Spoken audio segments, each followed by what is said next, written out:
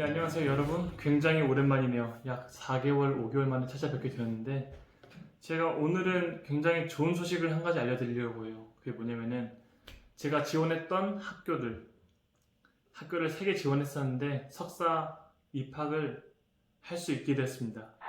그뿐만 아니라 저는 3개를 지원 넣었었는데 그 3개 다 붙어서 이걸 여러분들께 알리는 거는 약간 좀 TMI겠지만은 네, 좋은 소식이니까 그렇게 알아두시고.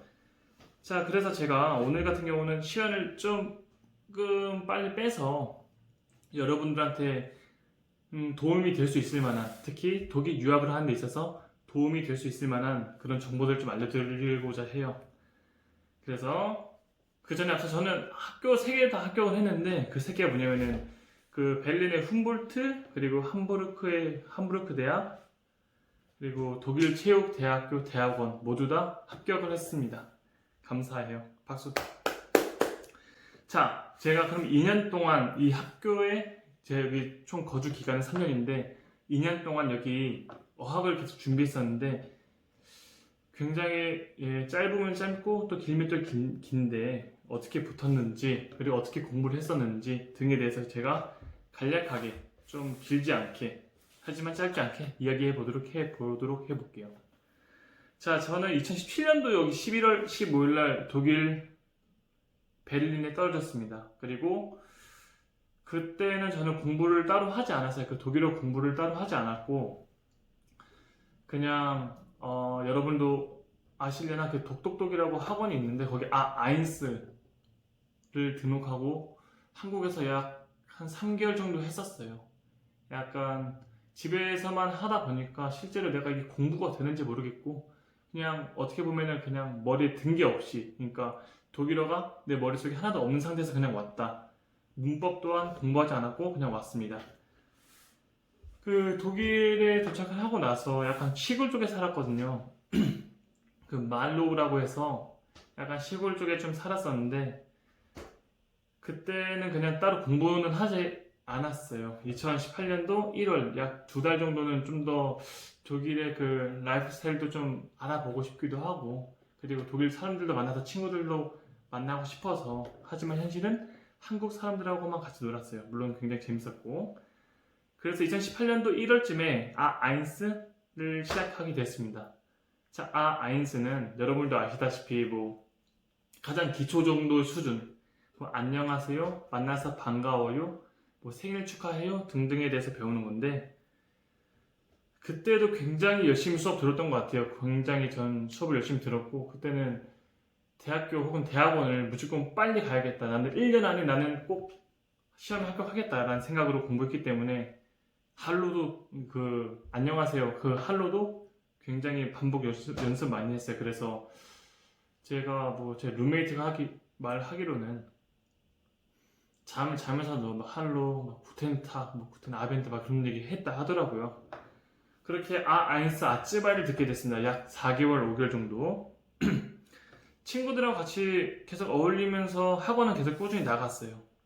근데 이거는 꼭 여러분한테 팁인데, 특히 아인스 하시는 분들은 굉장히 약간 좀 뭐랄까, 특히 한국 사람으로서 완벽해야 된다는 생각이 있잖아요. 그래서인지 선생님이 말한 거에 대해서 잘 못 알아들으면 그래도 알아들었다고 생각하고 그냥 고개를 끄덕이잖아요.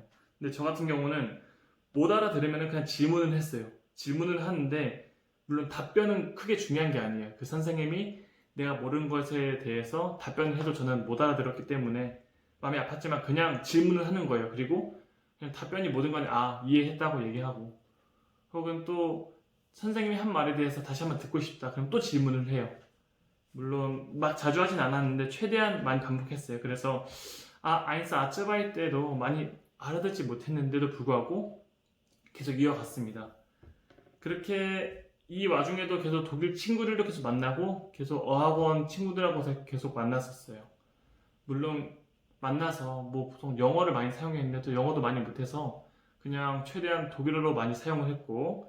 자, 이제 배 아인스가 되잖아요. 배 아인스에서는 이제 문법이 굉장히 중요하거든요. 문법을 주로 많이 배우는데 또 제가 했던 공부 방법은 미리 공부를 해서 가는 거예요.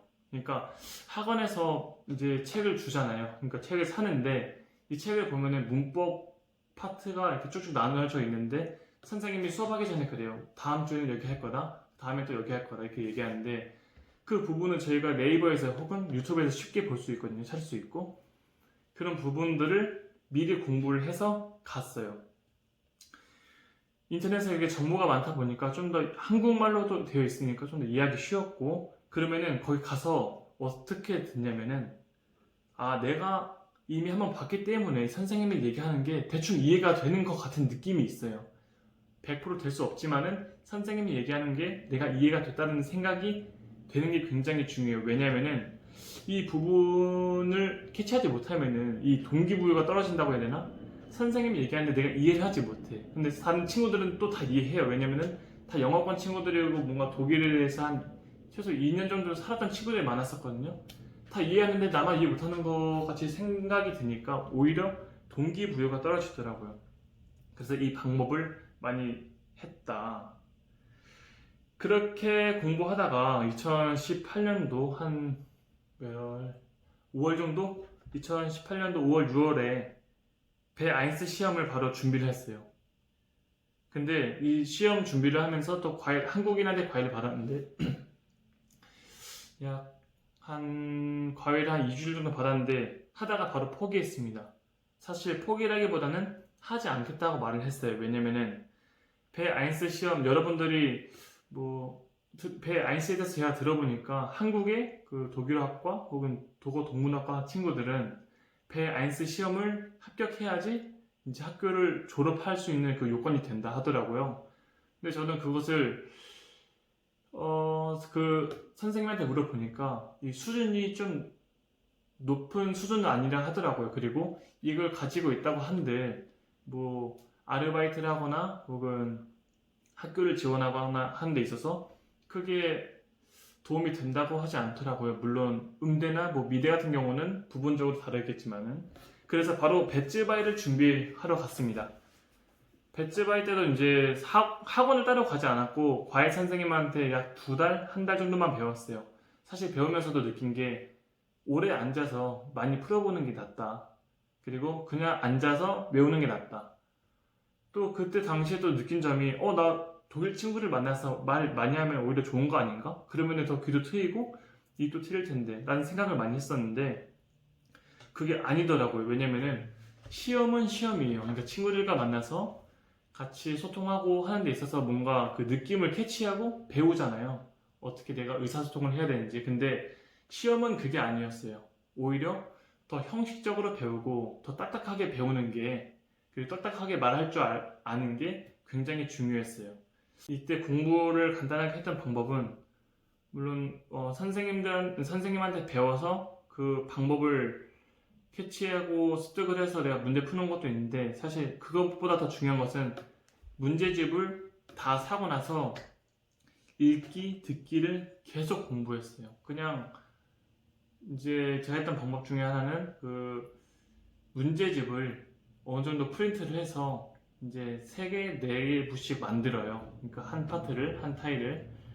그러면은 이거를 계속 풀어요. 그러니까 총 5개 종류의 5개 챕터에 시험 문제집이 있다. 그러면 다 프린트를 해서 그 책에다 쓰지 말고 그 프린트된 데다가 다 써요. 다 문제 풀고 다 맞춰보고. 그러면 여러분들이 생각하기에는 이거 한번 풀었던 거니까 또 보면 알겠지 싶은데 또 그렇지 않아요. 또 이제 맞았던 것도 틀릴 때도 있고 또 틀린 것도 틀릴 때도 있고 그러면 또 계속 보고 단어 봤던 것도 보고 이제 외웠다 생각했는데 또 풀면 또 몰라요. 근데 이거를 계속 반복해서 하니까 그래도 시험 합격에 좀 도움이 되지 않았나. 그래서 2018년도 9월 이제 독일 온 지 약 이제 10개월 정도 됐나요? 근데 10개월 만에 이제 배치바이를 합격을 했어요. 또 많은 분들이 궁금해하실 그러면 읽기랑 듣기는 혼자 하면 되는데 그러면 쓰기랑 말하기는 어떡하지? 라고 생각할 수 있는데 쓰기랑 말하기 같은 경우는 시험 전 한 달 전부터 계속 선생님하고 같이 준비했거든요. 이제 쓰기 같은 경우 그리고 말하기 같은 경우는 항상 틀이 정해져 있어요. 이제 그 틀이 정해져 있어서 그 틀대로 잘 가고, 그리고 내가 외웠던 전문적인 단어 혹은 고급 어휘를 써서 이거를 시험에 적용하니까 크게 어려움 없이 붙었다고 말할 수 없어요. 뭔가 운이 좀 많이 따랐는데, 이렇게 레드미틀을 계속 외워서 이제 시험에 잘 적용하니까 어떻게 시험에 한 번에 붙게 되었습니다. 자, 이번에 가장 중요한 체 아인스 호ch슐레. 이거는 제가 좀 오래 걸렸어요. 2018년도 9월에 이제 배쯔바이를 합격하고 나서 체 아인스를 계속 시험 준비를 했는데, 그 사이에 한국에 이제 한 달 정도 다녀왔고, 혹은 뭐 잠시 휴식이라 치고, 그때 코로나가 터지기 전이라서 뭐 여행도 간단하게 했었고, 네, 그런 식으로 했을 때 약 2019년도 1월, 2월 정도에 시작을 정확하게 됐어요. 그때 테스트아프라고 시험이 있는데 여러분도 아실 거예요. 그거를 계속 준비를 하다가 이건 나랑 맞지 않다. 이제 이거 나랑 왜 맞지 않은지에 대해서 나중에 제가 알려드릴게요. 다음 뭐 영상에서나. 이제 그러다가 이제 체 아인스 호ch슐레 시험을 제가 준비를 계속 했습니다. 계속 그 테스트아프라는 시험을 계속 준비하면서 어느 정도 시험의 성격이 겹치기 때문에 공부하는데 큰 무리는 없었고, 그럼에도 불구하고 좀 더 체아인스다 보니까 좀 더 시험 그 읽기, 쓰기, 듣기, 말하기 모든 시험의 그 난이도가 다 높았거든요.